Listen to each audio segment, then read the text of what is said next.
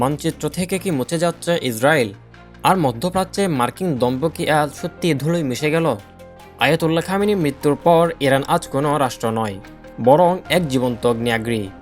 কাতারের মার্কিন radar station ধ্বংস থেকে শুরু করে মার্কিন রণতরী আব্রাহাম লিঙ্কনের বুকে ব্যালিস্টিক মিসাইলের আঘাত, তেহরান আজ অপ্রতিরোধ্য। পেন্টাগন যেখানে 3জন সেনার মৃত্যু স্বীকার করছে, সেখানে আইআরজিসির দাবির সংখ্যাটা 560। প্রশ্ন হলো, ইরান কি তবেই জেনে শুনে তৃতীয় বিশ্বযুদ্ধের বোতাম টিপে দিল? ইরানের সেই ভয়ঙ্কর মোজাইক ডিফেন্স সিস্টেমের রহস্য আমরা জানব, কিভাবে কাতারের রাডার ধ্বংস করে ইসরায়েলকে আক্ষরিক অর্থেই অন্ত করে দিল আইআরজিসি।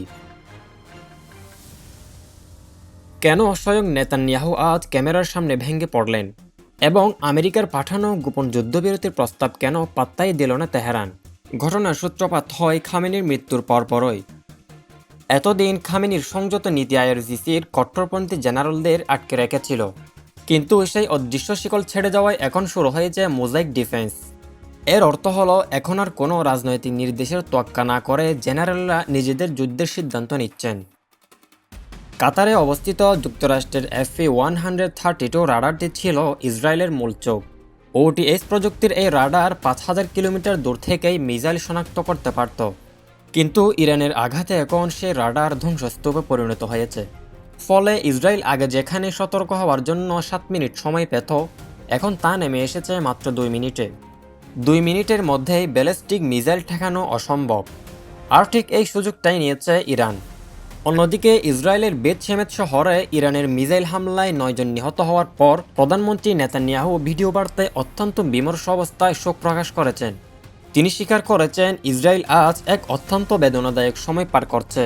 তেল আবিবের আকাশে এখন অনবরত বাজছে সাইরেন, আর ইসরায়েলের জনগণ পাগলের মতো বাংকার খুঁজছে। এরই মাঝে তেহরানের আকাশে একটি রহস্যময় উড়ন্ত বস্তুকে ভূপাতিত করেছে ইরান, যা দেখে সামরিক পর্যবেক্ষকরা নিশ্চিত এটি কোনো সাধারণ ড্রোন নয়, বরং যুক্তরাষ্ট্র বা ইসরায়েলের একটি অত্যাধুনিক ফাইটার জেট। কিন্তু সবচেয়ে বড় টুইস্ট হলো আমেরিকার অসহায়ত্ব।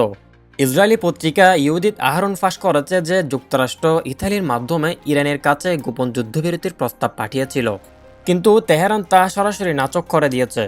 এর মাঝেই CNN দিচ্ছে আরও এক বিস্ফোরক খবর।